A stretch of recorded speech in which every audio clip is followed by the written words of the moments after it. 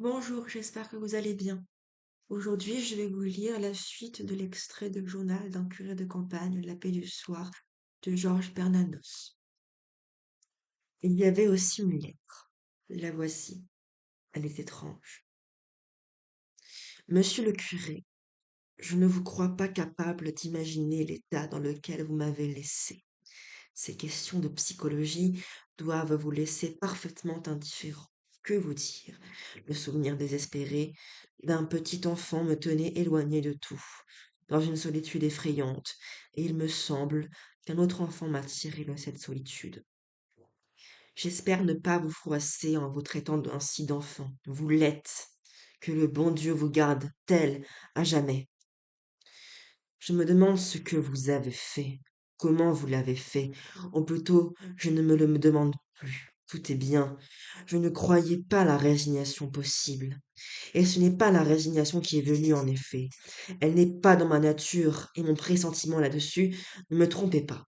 Je ne suis pas résignée, je suis heureuse, je ne désire rien. Ne m'attendez pas demain.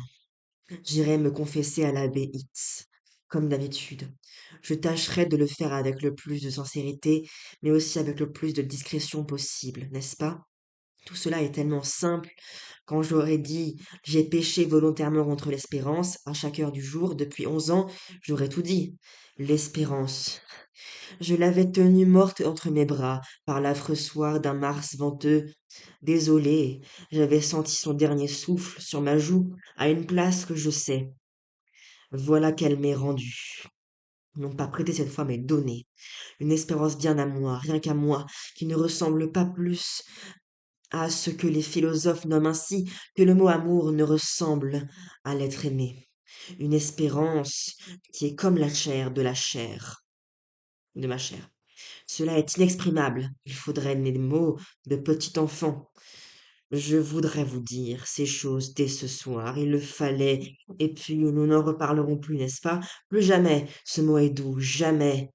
En l'écrivant, je le prononce tout bas, et il me semble qu'il exprime d'une manière merveilleuse, ineffable, la paix que j'ai reçue de vous. Je glissai cette lettre dans mon imitation, un vieux livre qui appartenait à maman, et qui sent encore la lavande qu'elle mettait en sachet dans son linge, à l'ancienne mode. Elle ne l'a pas lu souvent car les caractères sont petits et les pages d'un papier si fin que ses pauvres doigts, gercés par les lessives, n'arrivaient pas à les tourner. Jamais, plus jamais. Pourquoi cela? C'est vrai que ce mot est doux.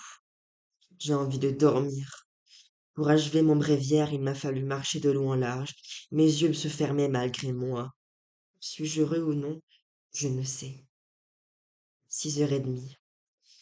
Madame la comtesse est morte cette nuit. Donc, voilà, c'est la fin de cette étude sur le journal d'un curé de campagne, ces petits extraits. Dans 4 jours, on passera à Marcel Jouandeau, et notamment à un de ses romans, Prudence autre chose.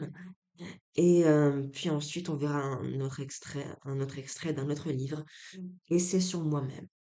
Merci d'avoir regardé cette vidéo et je vous dis à bientôt. Au revoir.